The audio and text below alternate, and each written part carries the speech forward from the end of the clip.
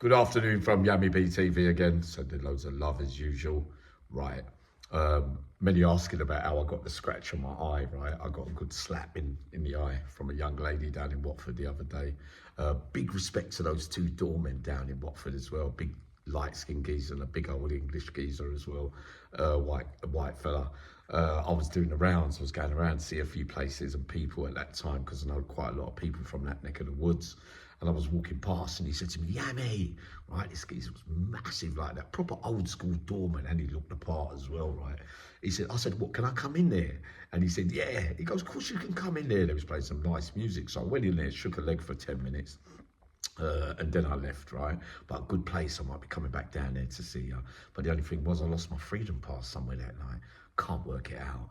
Anyway, big respect to all of you down in Watford. Now, the thing with Lenny MCLEAN, right, that night in the Hippodrome, it was 1991, right?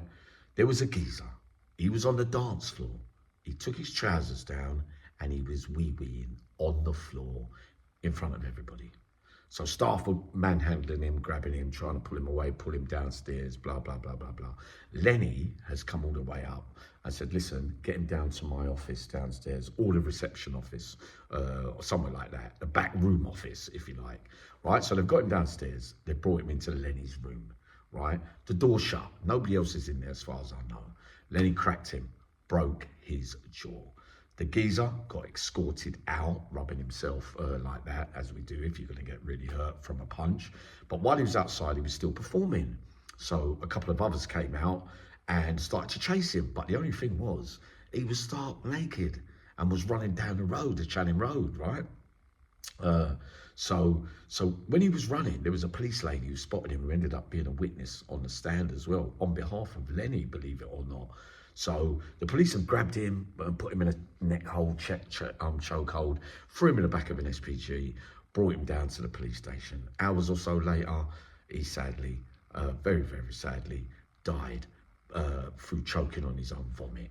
Now, was it because the police choked him or whatever? I'm not saying anything, no allegations or anything. All I know is they traced it all the way back to the Hippodrome, which they wanted Lenny in the frame for murder, right? So Lenny ended up in custody over that. That was the time in Wandsworth. So that night on the Hippodrome, which we've talked about before, I know someone who was standing next to him while all this was taking place, right? So if you want to ask me, I'll tell you straight as it is, right?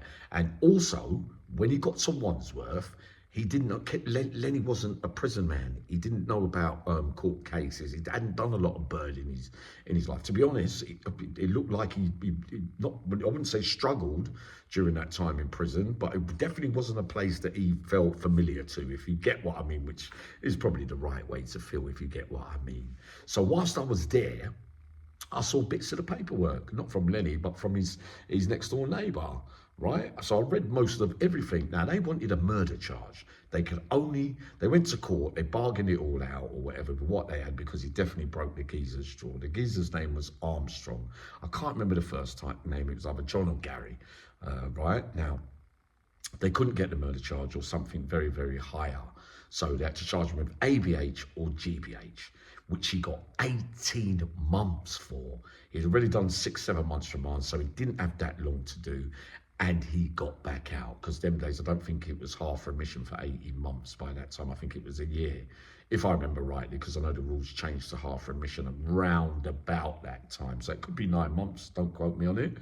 But that's how it went with that case.